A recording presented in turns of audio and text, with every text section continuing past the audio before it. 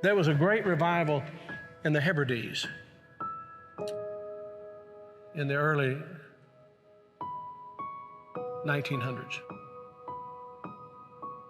Began to moved up to the pleading for it into the 40s. Maybe we could say it topped out in the early 50s.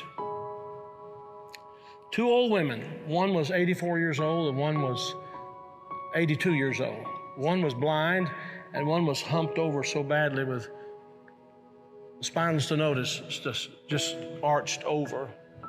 But they had passion for revival. They wanted God to work. This is what happened. They couldn't even get out to the church to pray. They couldn't even get out to the church to worship.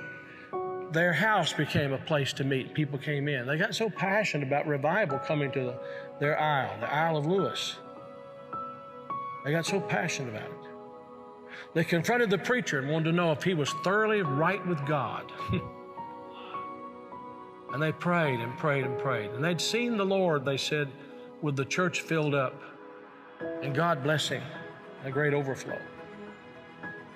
And the fire of God struck that tiny little obscure place off the coast of Scotland.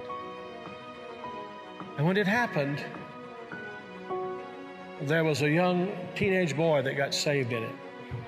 His name was Donald, and the preacher became so dependent upon Donald and so close to Donald, he would ask him to lead in public prayers and help him with the meetings, and he did.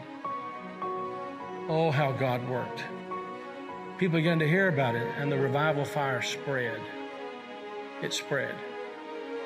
And God blessed in a great way. Those two old women, the kind of people don't want in their church anymore.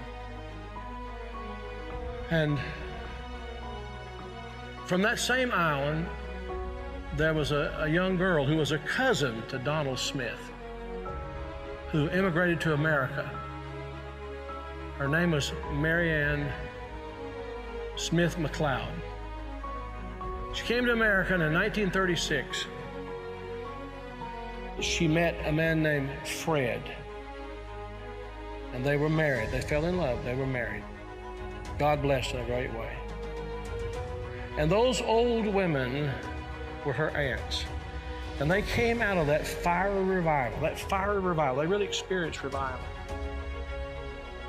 And they sent a Bible, a copy of the Word of God that had been used in a special way in that revival, to Mary Ann.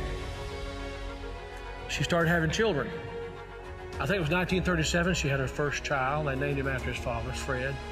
Then she had her second child, named after herself, Mary Ann. Then she had her third child, Elizabeth. Then she had her fourth child, and she was so impacted by this teenage boy God had used in that revival of the Hebrides. She named him Donald. And she gave him that Bible, the Hebrides Revival Bible.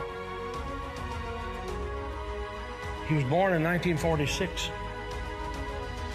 He's now the 45th President of the United States.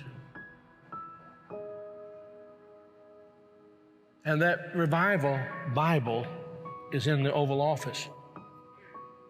I'm saying to you, I don't know how, why, I don't know how it all comes together.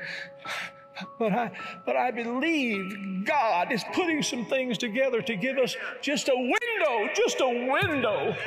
If he could find some open people who know what the window's for. Can this be the time the window's open? Providentially, God has prepared the moment, and we will become the people of prayer, pleading with God. This is a plea. Will thou not revive us again? Will you be a part of that? Will you?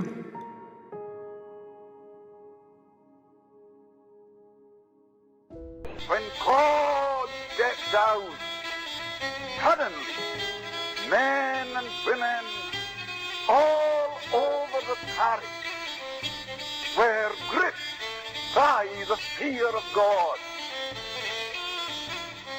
God, are my hands clean? Is my heart pure? The moment that happened in the barn, a power was let loose in Barnabas that shook the whole of Louis. God stepped out. The Holy Spirit began to move among the people. What was that? Revival. Revival. Not an evangelist, not a special effort, not anything at all organized on the basis of human endeavor. My dear people, did you good folk understand what revival means? Have you a conception of what it means to see God working? The God of miracles, sovereign, supernatural, moving in the midst of men, and hundreds swept into the kingdom. Oh, that we might see it, that we might see. God, are my hands clean? Is my heart pure?